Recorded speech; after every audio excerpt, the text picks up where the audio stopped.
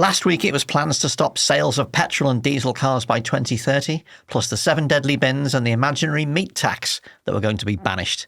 This week, it appears to be the very real HS2 Manchester link that Prime Minister Sunak has in his sights. Plus, things like old-fashioned analogue A-levels and smoking in the open air, which is, well, OK, whatever. Is there any rhyme or reason to what Sunak wants to do? And with the clock ticking to the general election, does he have time to make any of it coherent? Alex, let's start with HS2. Sunak is getting it from both sides on this one. George Osborne and Andy Burnham are queuing up to put the boot into him for potentially scrapping the link between Birmingham and Manchester. Is there anything coherent in that particular part of Operation What is Rishi Doing Today? No. Okay.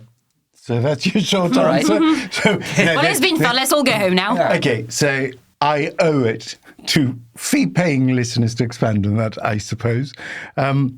So according to the government's own assessment, the Birmingham to Manchester bit is where the bulk of the benefit of doing the thing was.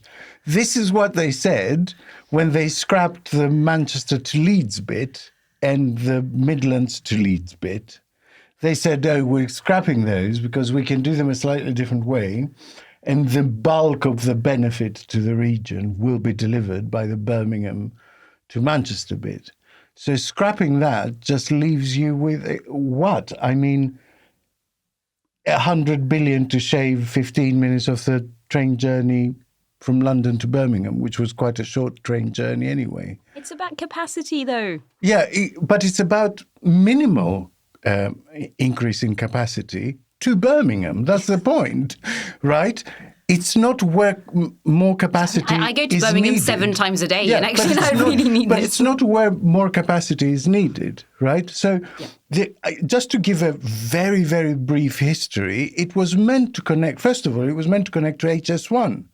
So it was meant to take this country to, I don't even want to say the 21st century, because really to the 20th century, where you had an international rail network that connected to each other. So first they scrapped the bit that connected Euston and King's Cross that would make it a seamless HS2 to HS1 thing.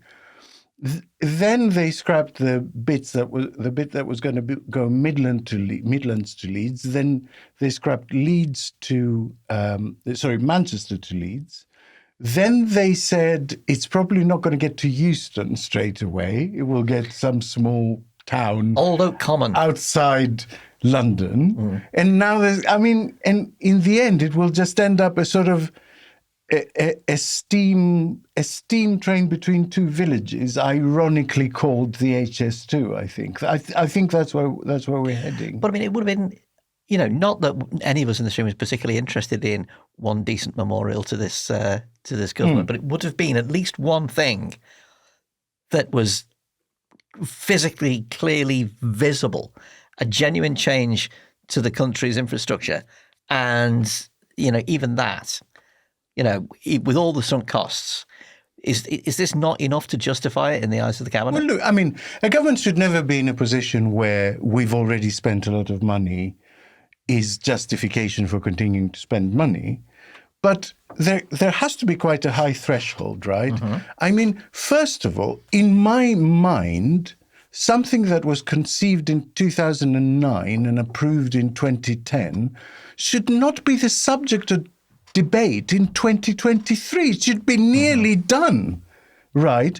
And so it's that dither, that awful procurement exercise that they just farm out bits to loads of companies, which encourages them to underbid, to say it's going to cost less than they think it's going to say it cost, and be faster than they think. And then timings start to slip, costs start to slip, inflation comes in, makes it all balloon. But we shouldn't be here at all. Is the answer.